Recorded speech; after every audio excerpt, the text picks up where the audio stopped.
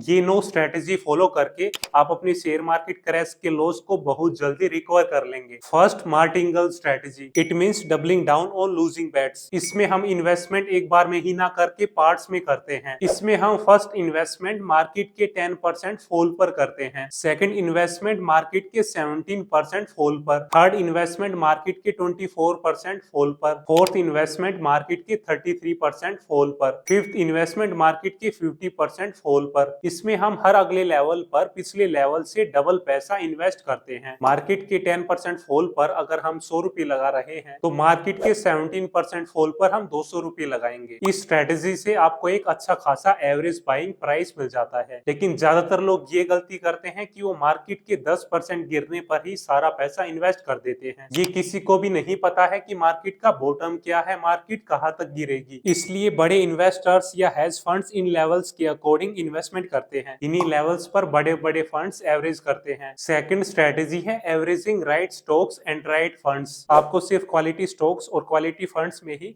अपनी होल्डिंग्स बढ़ानी चाहिए। कुछ लोग ये गलती करते हैं कि वो उन स्टॉक्स उन फंड्स में इन्वेस्टमेंट करते हैं जो सबसे ज्यादा गिरते हैं। उनका मानना है कि ये इतना गिर चुके हैं और कितना गिरेंगे, जो कि गलत है, क्योंकि खराब कंपनीज तो कितनी भी गिर सकती है, उनके गिरने की कोई लिमिट थोड़ी है। आप अच्छी कंपनीज में ही इन्वेस्ट करो जिन पर आपको भरोसा है या जो अच्छी कंपनीज है, जिन कंपनी के फंडामेंटल्स स्ट्रॉन्ग है, क्योंकि यही कंपनीज आपको पैसा कमा कर देगी, यही कंपनीज आपके लॉस रिकवर करेगी। Third, avoiding micro cap and penny stocks. अपने लॉस को रिकवर करने के चक्कर में हम micro cap and penny stocks में पैसा लगा देते हैं, ये सोच के कि हमारा लॉस जल्दी रिकवर हो जाएगा, जबकि डेटा ये कहता है कि ऐसे टाइम में micro cap and penny stocks बहुत ज्यादा रिस्की होते हैं। इस टाइम पर इनके गिरने की कोई लिमिट नहीं होती है। छोटे स्टॉक्स भी बहुत ज्यादा गिर सकते हैं। ऐसा कोई जरूरी नहीं है कि सस्ते शेयर्स कम गिरेंगे और ज्यादा बढ़ेंगे। जब हम इंडेक्स खरीदते हैं तो हम कह सकते हैं कि इंडेक्स जीरो नहीं होगा, पर ये हम एक कंपनी के केस में नहीं कह सकते हैं,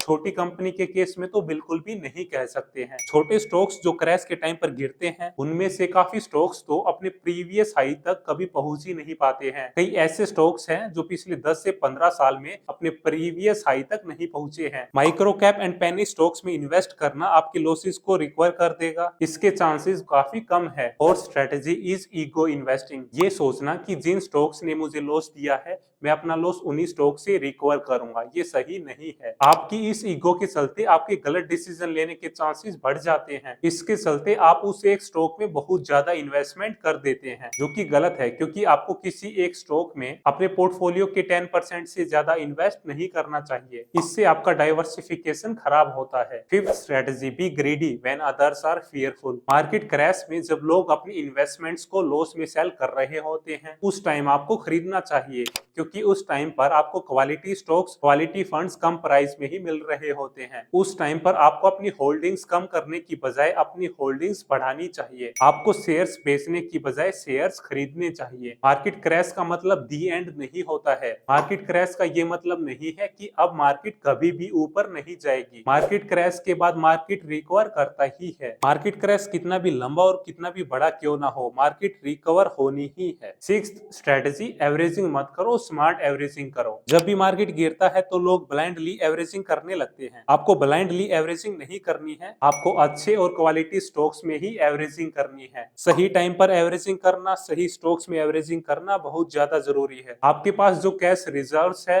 उनका यूज आप शेयर मार्केट में करके अपने लॉसेस को जल्दी रिकवर कर सकते हैं। ओल्ड इन्वेस्टमेंट आपके लॉसेस को रिकवर कर देगी, ये सोचना गलत नहीं है, लेकिन नई और एडिशनल इन्वेस्टमेंट आपके लॉसेस को जल्दी रिकवर कर देगी। Seventh strategy, sector rotation strategy. Sector rotation का मतलब है अलग अलग टाइम पर अलग अलग सेक्टर अच्छा करते हैं। जिस टाइम पर जो सेक्टर अच्छा करे आप उनमें इन्वेस्ट करके बहुत बड़ा पैसा कमा सकते हैं या अपने लॉसेस को जल्दी रिकवर कर सकते हैं। कुछ सेक्टर्स तब ज्यादा अच्छा करते हैं जब इकोनॉमी अच्छा कर रही हो, कुछ सेक्टर तब अच्छा करते हैं जब इकोनॉमी अच्छा नहीं कर रही हो। जब इकोनॉमी अच्छा कर रही हो तो आईटी, बैंकिंग और ऑटो जैसे सेक्टर्स अच्छा करते हैं। जब इकोनॉमी स्लो डाउन फेज में हो तब एफएमसीजी, फार्मा और यूटिलिटी सेक्टर अच्छा करते हैं। अगर आप अपने लॉसेस को जल्दी जल्दी रिकवर करना चाहते हैं तो आप ये देखो कि अब कौन सा सेक्टर बहुत अच्छा परफॉर्म करने वाला है और आप उसमें शिफ्ट होने के बारे में सोच सकते हैं। जब शेयर मार्केट बॉटम पर होता है उस टाइम पर गोल्ड भी काफी अच्छा करता है। एट्थ स्ट्रेटेजी है रिस्क मैनेजमेंट एंड डाइवर्सिफिकेशन। आपको किसी एक ही स्टॉक या किसी एक ही सेक्टर में अपना सारा पैसा नहीं लगाना चाहिए। आपको प्रॉपर रिस्क मैनेजमेंट के साथ ट्रेडिंग एंड इन्वेस्टिंग करनी चाहिए। आपको लेवरेज अवॉइड करनी चाहिए।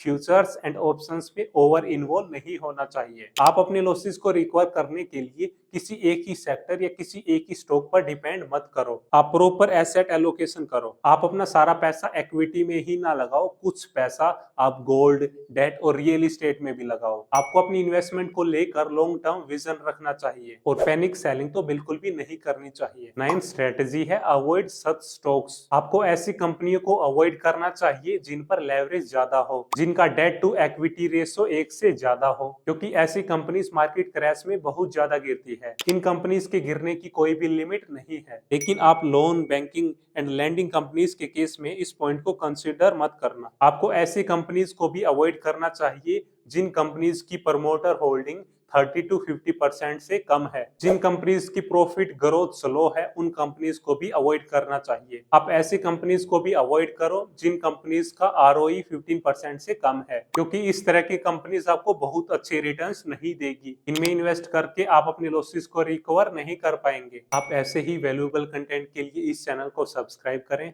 इस वैल्यूएबल कंटेंट को अपने दोस्तों के साथ जरूर शेयर करें।